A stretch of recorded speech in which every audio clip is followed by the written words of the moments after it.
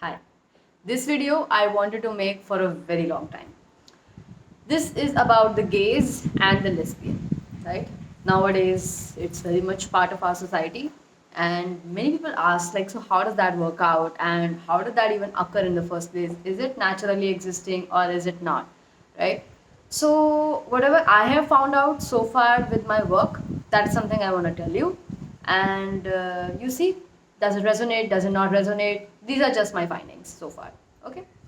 All right. So पहले मैं ये केसेस जो लेने से पहले थोड़ा मुझे डाउट होता था क्या मुझे लेने चाहिए क्या मुझे नहीं लेने चाहिए cases because it's sensitive right it's somebody's identity we are talking about and it's sexual orientation so some people can you know be like okay I want to only speak to a specialist in this area.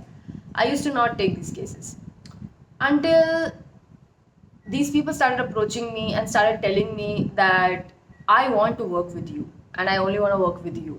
That is where I got the opportunity to work with clients like this. And I was like, okay, then I would like to understand what happened in your case, and like that, a few clients I have by now.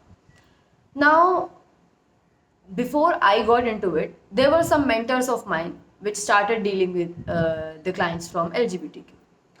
So they were presenting some findings that were astonishing, and I was like, okay, that really makes sense. But I couldn't say yes to any of those because I was like, I have to see it for myself, then only I can decide that is this how these things work. Now,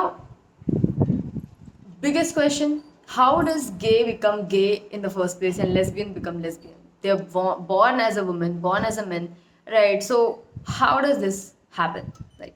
That's the first thing everybody would ask. So, now what I have found out, इन सभी cases में कुछ चीज़ें common थी and that was the interesting part that why this happened. Okay, so first thing is कि जो हम एक की सेपरेशन करने की कोशिश करते हैं बचपन में, आज भी पता नहीं कितना होता है कि नहीं, बट जब मेरा मेरा स्कूल टाइम चल रहा था तब तो बिल्कुल था कि लड़की हो लड़कों से बात नहीं करना है, लड़के हो लड़कियों से बिल्कुल बात नहीं करनी है, राइट? हमें अपनी लाइफ के काफ़ी हिस्से तक अदर जेंडर से दूर रखा जाता था कि यार ये ठीक नहीं है, राइट? सो एक टाइम के बाद हम अपने भाई लोग को भी शायद हग करने से मतलब there were people which will look at us in a different way, be like ये इतने टची टची क्यों है, भाई बहन है.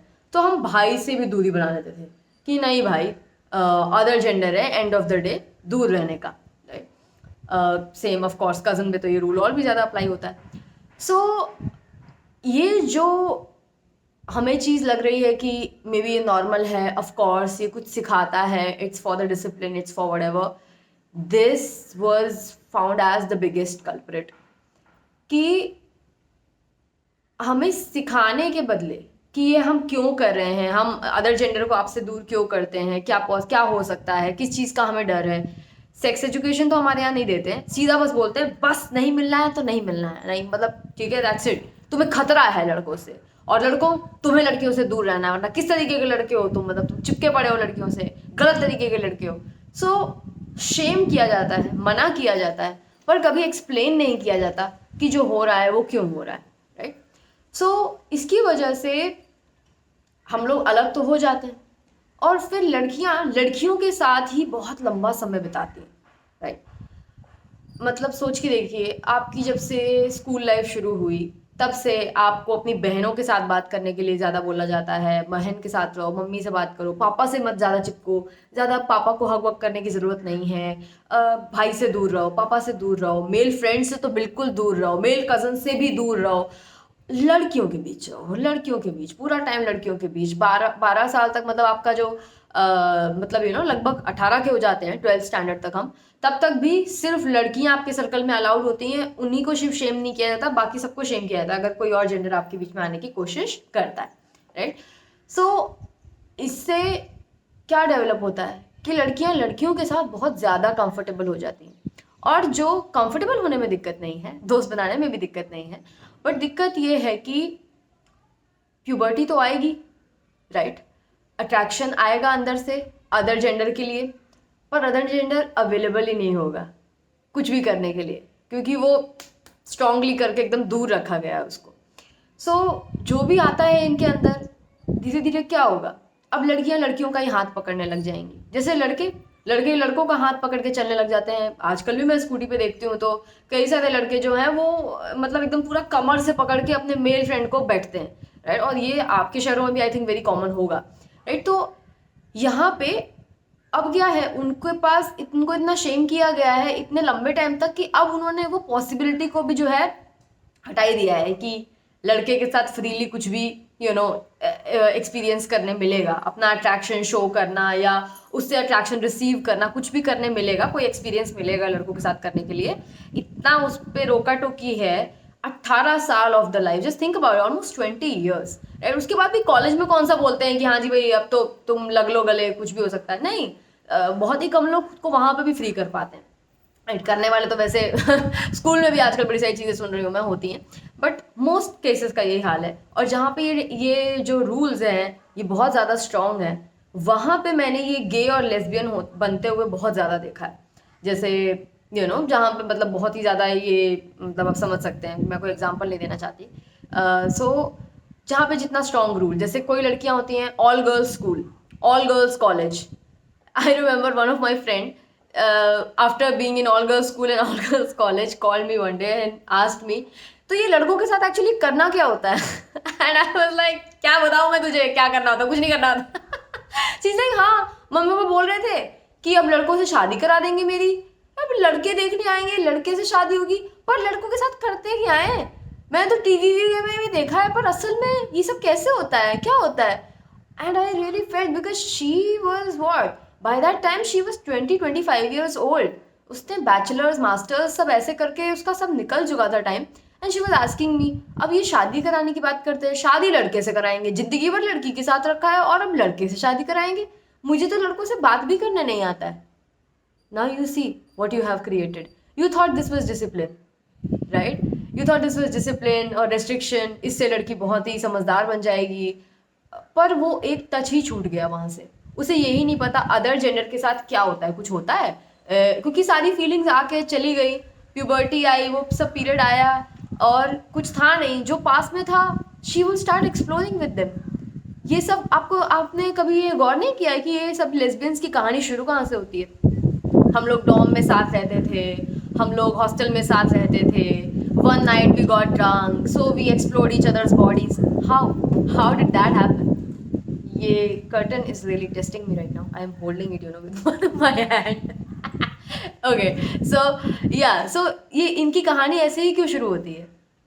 बिकॉज लड़कों से एक्सेस पहले तो रोका जाता है, और उसके ऊपर सिर्फ रोकना ही नहीं, दूसरी चीज़ भी है कि लड़कों के साथ एक्सेस कई लड़कियों के जिनका हुआ भी, वो बहुत ही स्कैरी प्ले आउट हुआ, मे बी बहुत ही बुरा एक्सपीरियंस हुआ उनके साथ। मैंने देखा है कि इन सभी लेस्बियंस के केस में it's not that they directly were like okay so हमें लड़कों से दूर रखा गया है तो चलो time to become lesbian. No, they would still be like wait it is wrong, they would feel like doing it, because अभी क्या है, उनका बॉडी, उनका ब्रेन, उनको ये मैसेज बार बार आया है कि सी देखो guys are not safe, guys are not safe, but we need to have relationship with guys only because that's what's normal, otherwise people will call you weird. अभी भी कितना acceptance है gays और lesbians का, right? So they'll be like all right then I'll try to make it work with guys, hope it'll work. They try but they're looking for a girl in that guy, because only relationship, only understanding they have of somebody who understands them, somebody who holds them, somebody who gets them is of a girl.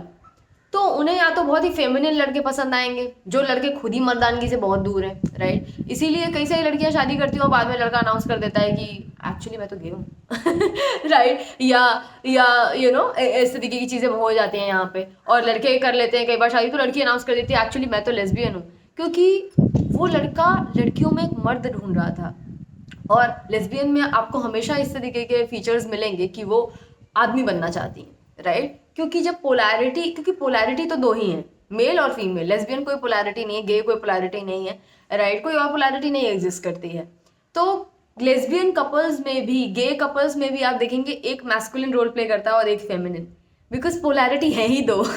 Even if they are same sex, they are trying to separate into two, that is masculine and feminine, वो होके रहेगा, right. सो यहाँ पे ये चीज़ हो जाती है कि एक तो अबे लड़कों से बहुत दूर रखा गया, लड़कों को लड़कियों से बहुत दूर रखा गया, अदर जेंडर से दूर रखा गया। दूसरा, अदर जेंडर के साथ एक्सपीरियंसेस ही बड़े खराब हुए, इतने खराब एक्सपीरियंसेस हुए अदर जेंडर के साथ कि अब हम जो है अदर जेंडर को अपने सेक्सुअल ओरिएंटेशन में काउंट नहीं करना चाहते। हम लड़कियों के साथ ही सब कंफर्टेबल रहे हैं काफ़ी टाइम से, लड़कियां ही विश्वास लायक होती हैं, तो लड़कियों में से ही हम सब कुछ ढूंढ लेंगे। I have a client, she she's a lesbian and she runs a business, so she has started even hiring only women। आप देख रहे हैं इसका ट्रॉमा कितना डीप है, मर्द जात से इसका कितना ट्रॉमा रहा है। इसकी लाइफ में एक्सपीरियंसेस भी ऐसे थे, जब हिस्ट्री टेकिंग करी तो पता चला कि घर में इसका बाप ठीक नहीं, इसका भाई ठीक नहीं, इसके रिलेशनशिप ठीक नहीं, मर्दों ने ऑफिस तक में धोखे दिए इसको, फंक्शन मतलब प्रोफेशनली भी धोखे दिए इसको। तो ये अब मर्द पार्टनर, को पार्टनर, मर्द एम्प्लॉय, मर्द चपरासी भी नहीं रखती पूरी लाइफ में। इसकी लाइफ में मर्द ही नहीं, इसकी लाइफ में सारा काम औरतें करती हैं, सब कुछ औरतें हैं, क्लीनर, चपरासी से, वाइफ से लेके, कंपेनियन से लेके, कोवर्कर, एम्प्लॉय, सारी लोग औरतें हैं, सिर्फ औरतें ही हायर करती है। सोच के देखो कितना डीप ट्रॉमा है कि वो पूरी मैस्कुलिन जो पूरा है मर्द जात पे ही उसको कोई ट्रस्ट नहीं रह गया। इतना दूर किया है उसके ट्रॉमा ने आदमियों से। ऐसे ही कई सारे आदमियों का औरतों के साथ बहुत ट्रॉमा होता है।